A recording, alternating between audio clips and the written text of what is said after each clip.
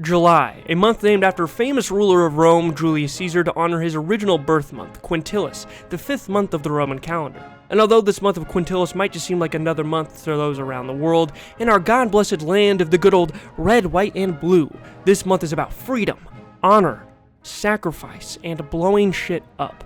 The 4th of July. Funnily enough, the real Independence Day should be the 2nd of July, but then, if this were the case, it would interfere with my friend JP's birthday, so George Washington actually decided to push it back a bit, and since 1776, or technically 1777, we've celebrated the 4th of July by drinking Busch Light, gobbling down some glizzies, and most importantly for the topic of today's video, lighting off fireworks. Although fireworks might seem like something that's more modern, their history dates back extremely far, even before America's first Independence Day. Somewhere around 200 BC in China, the first ever version of a firework was invented, or less invented but discovered and or widely used: bamboo. Folks around this time discovered that by throwing bamboo shoots in fire, the air pockets within the bamboo would pop, serving as a more gluten-free firework. Through folklore, it's also believed that bamboo warded off evil spirits, and although this is more commonly found in the form of just planting bamboo, these bamboo firecrackers were just another piece of the evil spirit offensive arsenal. And although this is seen as a fairly rudimentary version of a firework, China would come back around a millennia later to yet again revolutionize the firework game, with bamboo somehow helping yet again to make fireworks. It was estimated that around 600 to 900 AD that gunpowder was first invented by monks as they attempted to create a potion of immortality. And although this might be seen as kind of ridiculous, one of gunpowder's main ingredients, potassium nitrate, was commonly used in medicinal practices in China at the time. And so it was mixed with, can I even say what this is mixed with? Or something like that. And although this mixture and its incendiary properties surprised the monks at first, it wasn't long before it began to be poured into hollowed out bamboo shoots, causing a very loud explosion that would also be used to ward off evil spirits and sometimes just evil people, as well as be used for certain celebrations, getting us a step closer to fireworks as we know them today. Although it was still kind of a firecracker, at least had a bit more, oomph behind it. But this would still be a bit far off from fireworks as we know them today, as these bamboo tubes still lacked two fundamental ingredients: color and going up in the air. And just like many advancements in technology, fireworks would be further advanced by war, as not long after the discovery of gunpowder in China, it would be used in various types of weaponry, such as for flash bombs, fire bombs, poison bombs, arrows with bombs on them, lots and lots of bombs. And of course, when the Mongols would eventually go to war with China around the 13th century, they would adopt this technology as well, leading to things like cannons, fire lances, and some of the earliest identified forms of a gun. And at this time, now around the 1300s, the word was getting around about this gunpowder stuff, because as history has consistently taught us,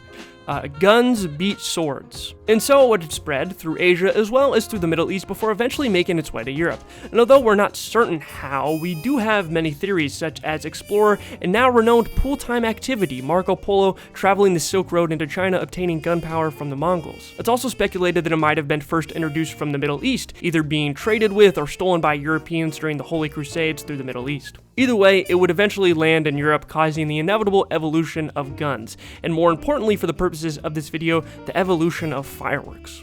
Italy would be the apparent first to start the production of fireworks in Europe, but would not be the only ones to do so, as they quickly began to make their way around Europe, being used for celebrations, religious ceremonies, and even for royalty. With notable events being for Henry VII's wedding over in Europe in 1486, as well as James II's coronation in 1685, which featured a fireworks presentation apparently so well done that the man who organized it, who had the role of Firemaster, which a pretty sick name to be honest, I'd like to be a fire master, I think that'd be pretty neat.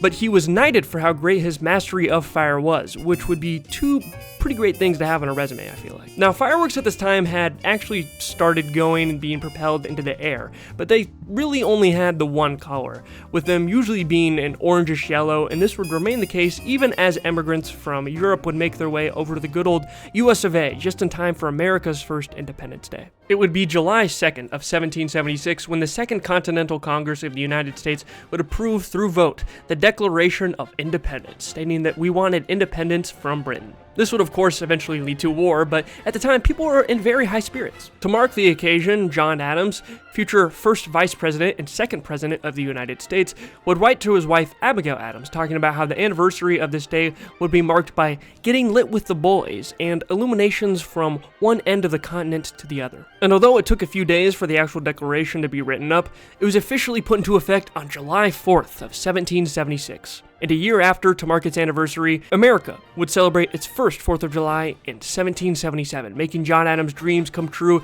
as fireworks and cannonballs were fired across major cities in the United States. And from there, a tradition was born, and we've kept it this way ever since. And although this might seem like the end of the story, fireworks still had a lot of room to grow, and its next giant development would occur in 1830s Italy, where pyrotechnics would combine chlorinated powder and metallics such as barium and copper to mass-produce some of the first ever colored fireworks, causing fireworks to now and forever be more entertaining. Since this moment, fireworks would continue to grow, becoming more and more part of traditions, celebrations, or really any occasion. But as many people eventually found out, fireworks can be very dangerous. In America, this increasingly became the case, and many people called for reform and even for the ban of fireworks at the time. But obviously, many people would push back because they liked blowing stuff up, and no one was going to take away their God-given right to do that. This was despite thousands of injuries every 4th of July, accompanied by a good amount of deaths as well, mainly caused by people contracting tetanus from rusty shrapnel that exploded from the fireworks. For this reason, the mid-1900s would be a brutal time for fans of dangerous explosives, as regulation after regulation was put into effect, such as mandating fuses not accidentally light off a firework before being fully burned, as well as forcing them to burn for a minimum of 3 seconds, but not more than 9 seconds. Limiting the amount of explosives that could be within a firework, and even preventing producers from putting in harmful chemicals like lead and arsenic into their fireworks. Once again, it seems like the government just hates having fun. It's important to note, though, ladies and gentlemen, that fireworks are not toys. In 2022 alone, the Consumer Product Safety Commission recorded almost 10,200 injuries and 11 deaths from fireworks, so although fireworks may be hella lit, make sure a trusted adult is around to light that shit. And for all of you adults, try not to get too drunk to the point where your decision-making skills as well as motor functions are highly inhibited. Happens far too much. And with that PSA, as much as I'd like to get into more of the history throughout the 1900s, it was really hard to find information. So for now, I'll wrap this video up. And thank you all for watching. I should have a follow-up video in the next few days with a 4th of July fireworks tier list.